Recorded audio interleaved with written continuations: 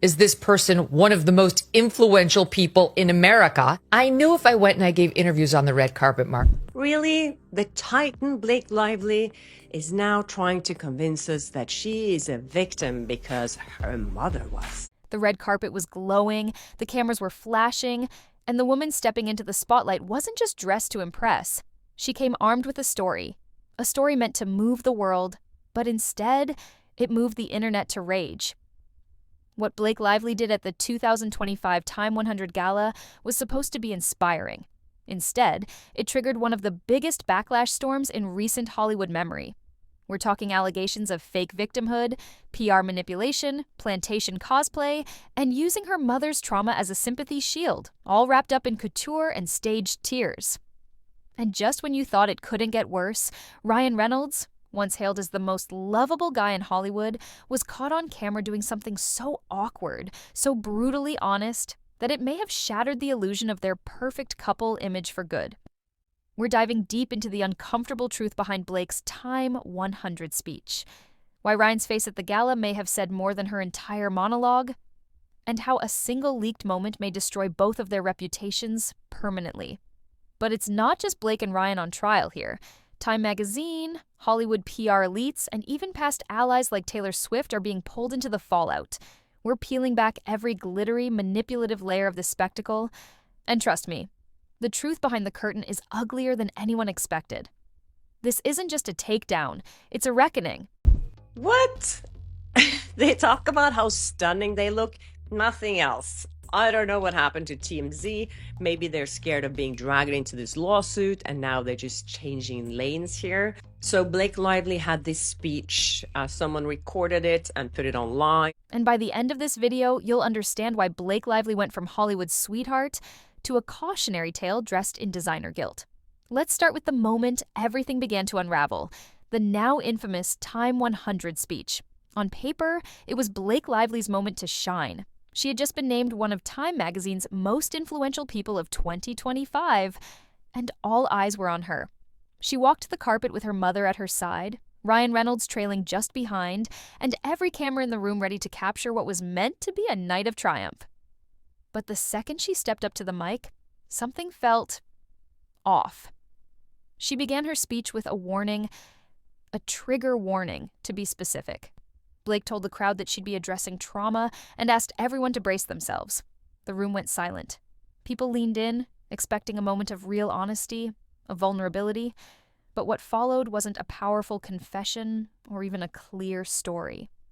It was vague, disconnected, and worst of all, it wasn't even about her. Blake recounted her mother's story, about how before Blake was born, her mother was nearly killed by a coworker. A harrowing tale, no doubt, but Blake delivered it like she was auditioning for an emotional scene, complete with dramatic pauses, misty eyes, and head tilts you'd expect in a Netflix drama.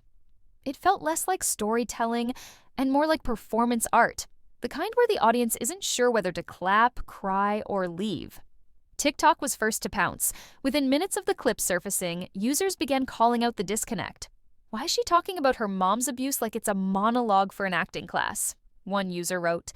Others pointed out that Blake never shared how the story connected to her own activism or actions. It wasn't a call to action. It was, at best, a dramatic reading.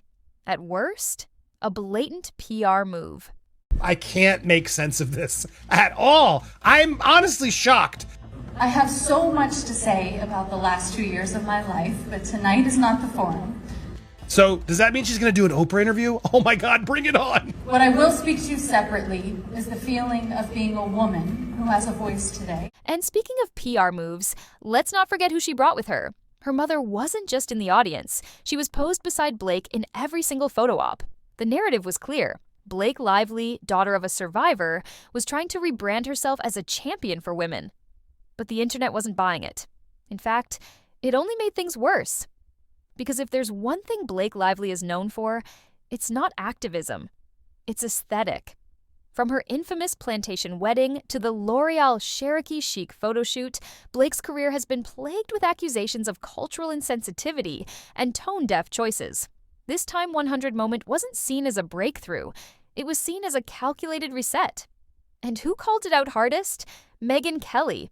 Never one to hold her tongue, she tore into Blake's speech on air, calling it a clout-chasing performance, accusing her of turning her family's trauma into a prop, and stating flat out, real survivors don't parade pain for applause. I'm definitely hoping for some sort of a selfie in the distance with both Blake Lively and Meghan Markle, since they provided me with so many hours of content. Was too loud to ignore. People started asking the obvious question. If you're going to use your mom's abuse to gain sympathy and stage your comeback, shouldn't you at least acknowledge your own past mistakes? Instead, the speech glossed over everything, her past controversies, her own privilege, her silence on actual issues, and wrapped it all up in one polished, empty bow.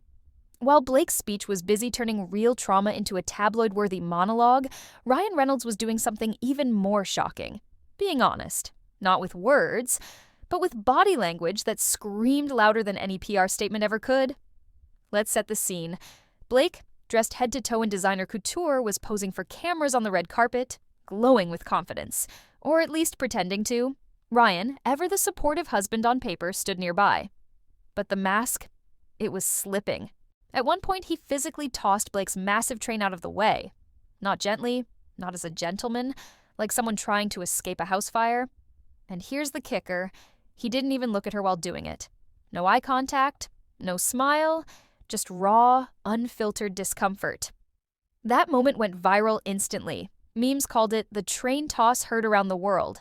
TikTok lip readers even claimed Ryan muttered under his breath, "What the f?" as he watched Blake speak. It was the kind of micro-expression that said everything PR tries to hide. This wasn't Ryan being Deadpool. This wasn't Ryan charming the crowd. This was Ryan looking like a man who couldn't take one more second of the circus, and it didn't end there. But there's just something missing. It feels awkward. You can also see he's nervous. He feels very nervous. Is he going to get asked a question? At some of these softball places like Time, they clearly aren't. And the question is, like, why is he even there at the Time Summit? Was this part of the deal in order to get Blake Lively on the list? Did Leslie Sun say, and we'll give you Ryan for your Creative Summit live in person? The next day, Ryan took the stage at the Time 100 Creative Summit. He was supposed to give an inspiring talk about branding, growth, and influence. You know, the usual Hollywood fluff. But when the host gently lobbed a softball question about handling negative press, Ryan froze. Instead of addressing the very obvious elephant in the room, Blake's speech, the backlash, the lawsuits, Ryan spiraled into a bizarre TED Talk about how he spent his whole life copying other people's personalities. Seriously, that's not shade. He admitted it. He literally said his greatest superpower was knowing who he is, then immediately admitted he's been Frankensteining traits from cooler people his entire career. And the audience? Uncomfortable? Dead silent. They laughed politely when prompted, but the vibe in the room felt like someone had just pulled the fire alarm and locked the exits. Let's be real, Ryan is supposed to be funny, smooth, likable. But on that stage, he looked like a nervous intern at a job interview, sweating through every line. The only thing missing was a teleprompter flashing, "Abort mission." YouTube comments called him Ryan Reynolds' human Pinterest board. TikTok started dragging his Mint Mobile persona. Even his most loyal fans admitted something felt fake. Something was off. And most people were starting to think he was just along for Blake's PR implosion because he didn't know how to get out. Even worse, some now believe Ryan's appearance at the summit wasn't voluntary at all. The story didn't make any sense to me. The woman painfully and graphically shared how she escaped. And because of hearing that woman speak to her experience instead of shutting down in fear and unfair shame, my mom is alive. According to Hollywood insiders, Time magazine only agreed to put Blake on the Time 100 list if Ryan showed up live at their event. A PR trade-off? And wow, did it backfire. You give us Ryan, we'll ignore the Plantation wedding and fake lawsuits. That was the deal. But all they really got was two uncomfortable people desperately trying to hold their public image together with tape and lies. If the speech was the match and Ryan's red carpet moment was the spark, what came next was the full-blown firestorm, because the internet did what it does best and remembered. Suddenly, people were reposting clips from 2012 when Blake Lively and Ryan Reynolds got married on the grounds of a literal southern plantation. Not a themed photo shoot, not a retro-style garden, a real slave plantation. Name it, we change it. Just as our fellow Time 100 honoree, the incredible Giselle Pellicot, put it to every woman who understood, It's not for us to have shame. It's for them. Back then, the backlash was mostly brushed aside. Blake issued a vague apology and the industry moved on. But this time, people were livid. Because you can't stand on a stage and act like a civil rights advocate when your wedding took place on land soaked in blood and oppression. This is the same woman who once starred in a L'Oreal ad campaign wearing a fake Native American costume. The same woman who once captioned a photo, LA face with an Oakland booty. Now suddenly, she's being honored as a voice for justice. Activists, journalists, and fans alike began asking the same question. Why is Time magazine giving Blake a platform when her activism seems to start and end with designer dresses and sympathy applause? But it wasn't just her history that offended people. It was the positioning. Time placed Blake between two black icons, Serena Williams and Simone Biles. Two women who have fought racism, endured real systemic challenges, and carved legacies through talent, pain, and resilience. And then, Blake. Plantation Barbie, pretending to be Harriet Tubman with a cupcake and a head tilt. That's not hyperbole. People literally said that online. And they were angry. One viral TikTok stitched a clip of her Time speech with footage of her plantation wedding, writing, "You don't get to fake cry about injustice while posing on graves." The video racked up millions of views in hours. The damage wasn't just emotional, it was reputational. Time magazine's credibility tanked. PR firms started distancing themselves from the event. Even Hollywood outlets that usually stay neutral, like Popcorn Planet and The Daily Beast, published scathing reviews of Blake's so-called activism. So let's recap. Blake uses her mom's trauma as a PR launchpad. Ryan publicly melts down. The Plantation wedding resurfaces, and Time magazine's tone-deaf photo layout puts gasoline on an already raging fire. And we haven't even touched on the baby bump theory, the lawsuits, or the Taylor Swift betrayal yet. Yeah, it gets worse. Now, just when you thought the internet might lose steam, something else happened. Something so predictable, yet so perfectly Hollywood that it almost felt scripted. At the Time 100 Gala, eagle-eyed fans noticed something very interesting. Blake Lively's dress wasn't just flowing, it was bulging, right around the midsection. Within hours, TikTok exploded. Was Blake Lively pregnant? Was this a surprise announcement? Was she hiding a baby bump? At first, some defended her. Maybe it's just the dress, they said. Maybe she's bloated. But here's the problem. This wasn't Blake's first rodeo with convenient pregnancy speculation. Flashback to 2016, right after her LA face with an Oakland booty Instagram disaster. Boom, pregnancy announcement. Suddenly everyone forgot about the racial insensitivity because, oh look, baby bump. It's a classic crisis PR move. Distract the public, humanize the celebrity, flood the media with baby news to drown out real scandals. And now, 2025, another scandal, another wave of backlash, and, oh look, possibly another bump. To be clear, nobody's shaming her for being pregnant. If she is, congratulations. But the timing, the optics, the pattern, it's almost insulting. Because real survivors, the women Blake claims to stand for, don't get to strategically deploy pregnancy rumors to erase scandals. They live with their trauma every day, without designer gowns, without red carpets, without staged photo ops. And don't think the internet didn't notice. Viral TikToks, brutal Twitter threads, even YouTube creators started compiling side-by-side evidence, calling it, quote, PR baby number, 4 feet. The conversation shifted from, is she pregnant, to is she using pregnancy to dodge accountability? And honestly, once you see the pattern, you can't unsee it. And if you thought the baby rumors were messy, wait until you see how quickly even Blake's most powerful friends started pulling away. One friend in particular, who's been queen of the calculated PR move her entire career, decided she wasn't about to get dragged down with Plantation Barbie. Enter Taylor Swift, global pop icon, professional grudge holder, and until recently, Blake Lively's high-profile bestie. For years, Blake and Taylor's friendship has been PR gold.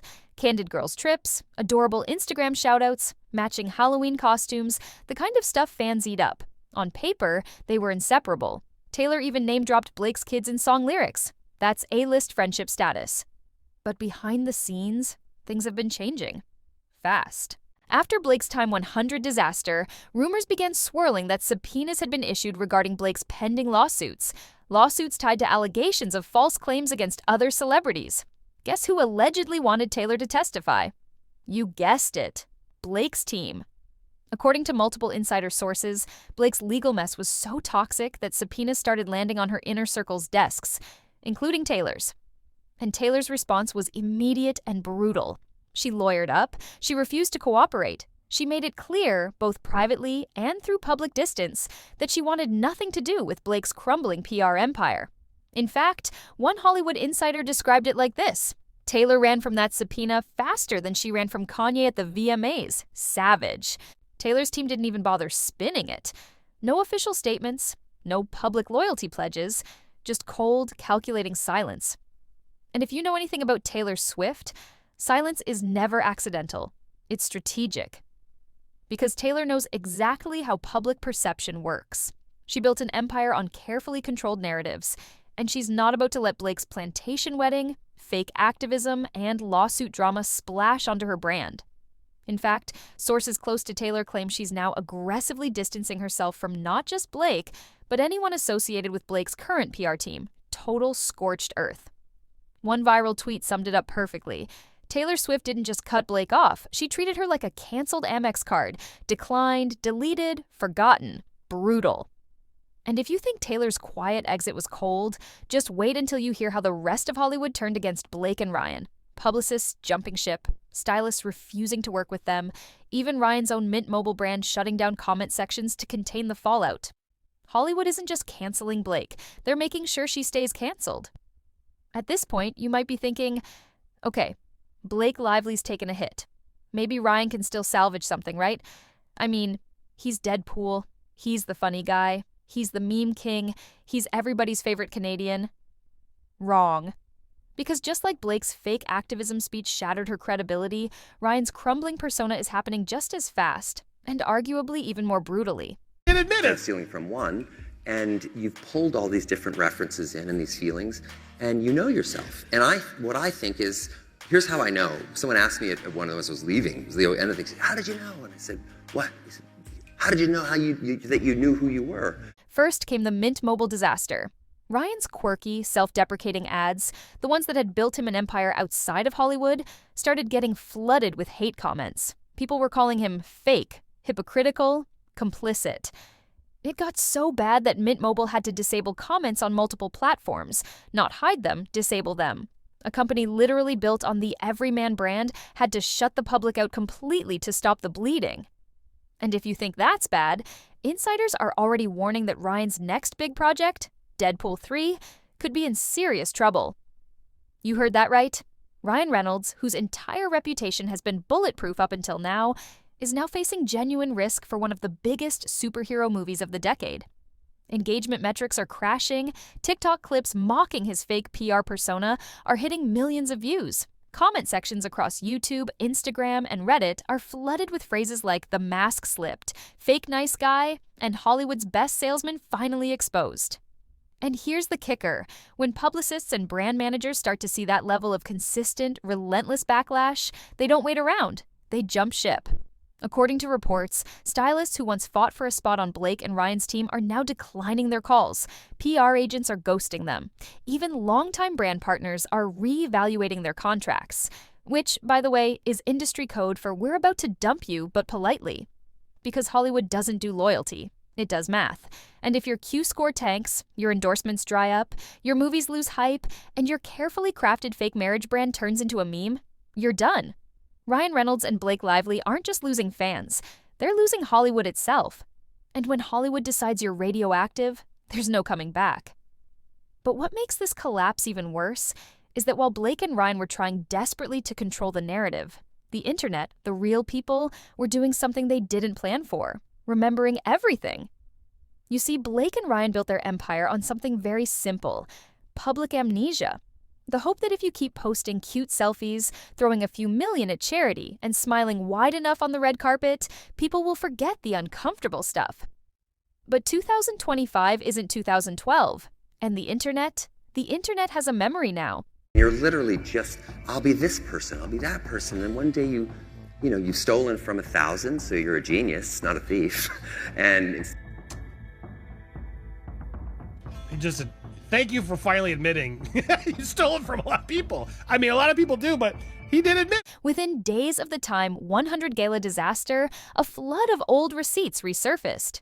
Users compiled Blake's greatest hits of tone-deaf moments into viral clips, side-by-side comparisons of her Plantation wedding, her insensitive L'Oreal photo shoots, her fake victim speeches. It all came roaring back.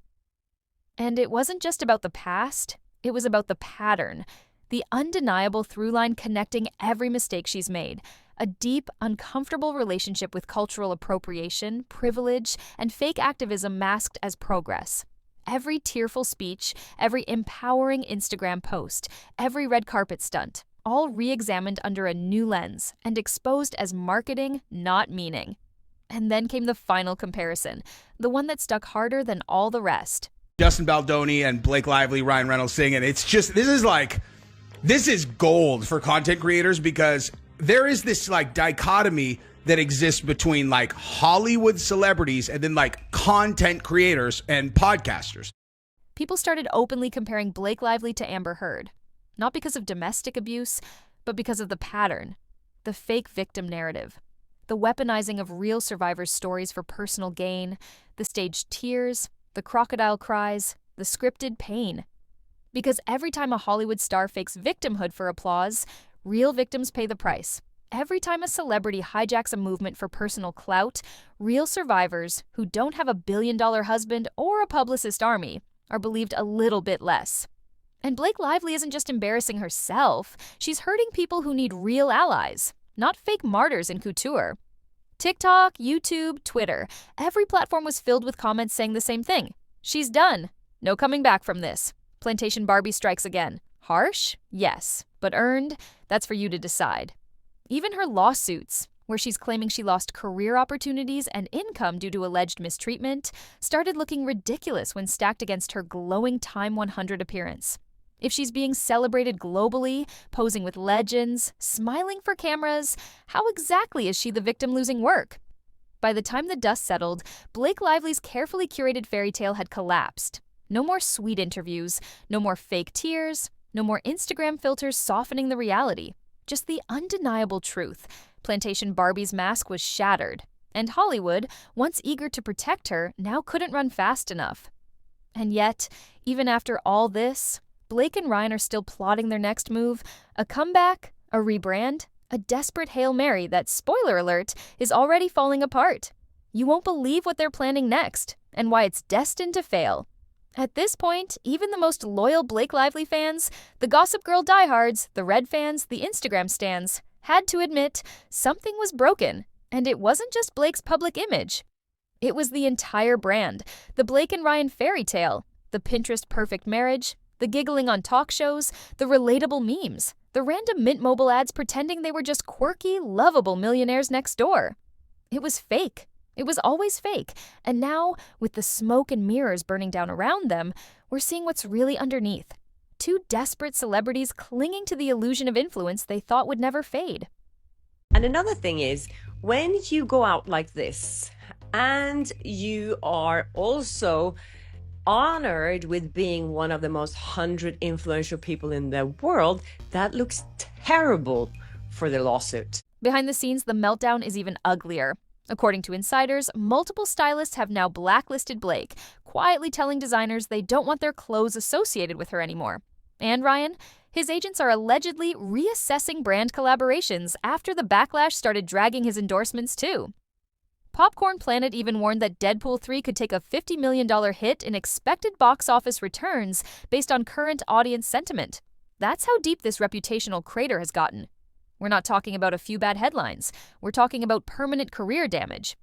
Because Hollywood might forgive a lot of sins, bad movies, cheating scandals, shady deals. But faking activism, weaponizing real trauma for sympathy clicks, that's the line you don't cross anymore.